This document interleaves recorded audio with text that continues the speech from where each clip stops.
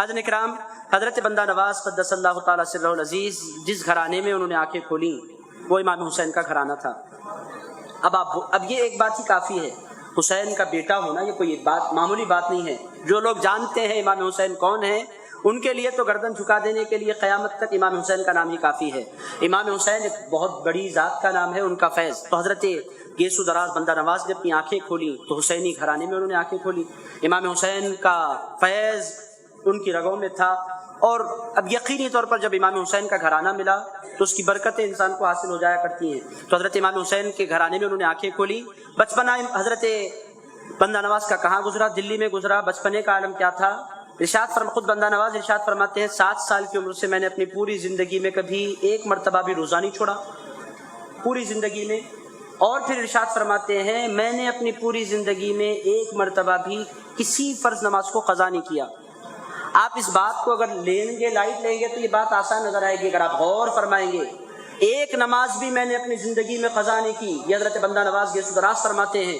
اگر آپ غور فرمائیں تو یہ کوئی معمولی بات نہیں ہے۔ انسان ہے تو پھر انسان کے کچھ تقاضے بھی ہوتے ہیں۔ بحیثیت انسان تو تشریف لائے ہیں، بحیثیت فرشتہ تو نہیں آئے تھے، بحیثیت نعوذ باللہ جن تو نہیں آئے تھے، بحیثیت انسان آئے تھے۔ انسان ہے تو پھر انسان کے پاس اس کی ماں ہوتی ہے، انسان کے پاس اس کا باپ ہوتا ہے، انسان کے پاس اس کی بیوی ہوتی ہے، ان کے بچے ہوتے ہیں، ان کے رشتہ دار ہوتے ہیں، ان کی ذمہ داریاں ہوتی ہیں، انسان کے پاس بیماریاں ہوتی ہیں، انسان کو سفر کرنا پڑتا ہے، دشواریاں ہوتی ہیں، بعض مرتبہ انسان بزی ہو جاتا ہے، بعض پھر انسان ہے تو پھر نیند بھی ہے، انسان آرام بھی کرتا ہے۔ تو ہزاروں ریزنز ہیں جن کے سبب سے کسی نہ کسی کی نمازیں چھوٹ جایا کرتی ہیں، مگر بندہ نواز فرماتے ہیں کہ اللہ گواہ ہے میں نے اپنی پوری زندگی میں کوئی نماز قضا نہیں کی۔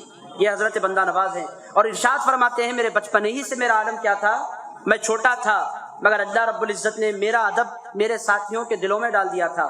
میں چھوٹا تھا مگر میرے ساتھ کے جو بچے تھے، کبھی کوئی بچہ میرے آگے نہیں چلا کرتا تھا، تمام کے تمام بچے جو میرے ساتھ میرے دوست ہوتے تھے میرے پیچھے پیچھے چلا کرتے تھے۔ اور ایسا بھی ہوتا تھا کہ میں جب نماز پڑھ لیتا تو پلٹ کر بچوں کی طرف مخاطب ہو کر بیٹھ جاتا تو پورے بچے بیٹھ جاتے، پھر میرا خطاب ہوتا، میں انہیں تلقین فرماتا، نصیحتیں فرماتا، اور وہ ایسے سنتے جیسے بڑے بڑے لوگ سن رہے ہوں۔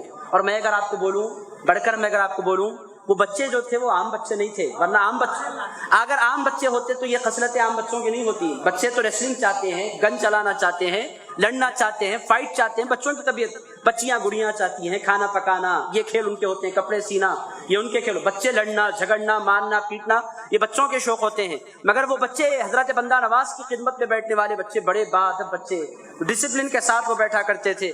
میں اگر بڑھ کر بولوں، میرا جو وجدان کہتا ہے وہ بچے عام بچے نہیں رہے تھے، ان بچوں کو بندہ نواز کی صحبت کے لیے اللہ نے چنا تھا تو ان بچوں کو بھی اللہ نے ولایت عطا فرما دی تھی۔ حاضرین کرام، نہ صرف بندہ نواز ولی تھے، ان کی خدمت میں بیٹھنے والے وہ بچے بھی بڑے خوش نصیب تھے۔ حضرت بندہ نواز جس گھرانے میں بندہ نواز نے آنکھیں کھولی، حضرت نظام الدین اولیاء محبوب الہی کے نام کی وہاں دھوم تھی، بہت دھوم تھی ان کے نام کی۔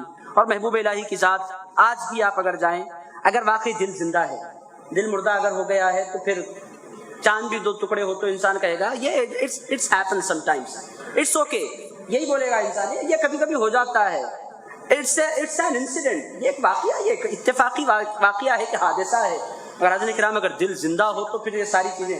حضرت نظام الدین اولیاء محبوب الہی علیہ الرحمہ کا جو آستانہ ہے، ان کی ذات جو محبوب تھی وہ تو تھی ہی۔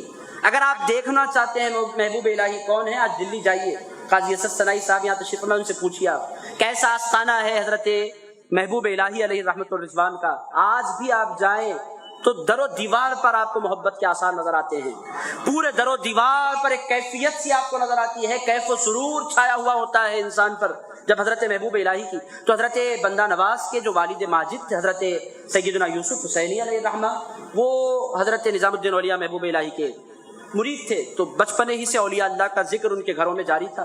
میرے دوستو، آج کل کے ماحول کیا ہو گیا ہے، بچوں کو نہ اولیاء اللہ کی باتیں سننے کا موقع ملتا ہے، نہ پیغمبروں کی باتیں سننے کا موقع ملتا ہے، نہ اہل بیت کی باتیں ہم سناتے ہیں۔ بچپنے سے بچے کے ہاتھ میں ہم سیل فون تھما دیتے ہیں، وہ بچپنے سے گیم کھیلنا سیکھتا ہے، اور پھر اس کے ساتھ ساتھ تھوڑا بڑا ہوتا ہے تو جونی یس پپا ایٹنگ شوگر نو پپا، یہ چل رہا ہوتا ہے، شوگر کھانا ہے نہیں کھانا ہے، اس پر بچے کے ذہن میں باتیں ڈالی جاتی ہیں، ٹوئنکل ٹوئنکل لٹل اسٹار، اور نہ جانے کیا کیا نظمیں پڑھی جاتی ہیں، جل میں تھوڑا پانی تھا، پانی میں جگ میں پانی تھا، نہ جانے کیا کیا تھا۔ میرے دوستوں، بچوں کے ذہنوں میں یہ باتیں ڈالی جاتی ہیں۔ آپ اگر دیکھیں حضرت بندہ نواز کی اگر آپ سرگزشت سنیں، اگر ان کے احوال سنیں،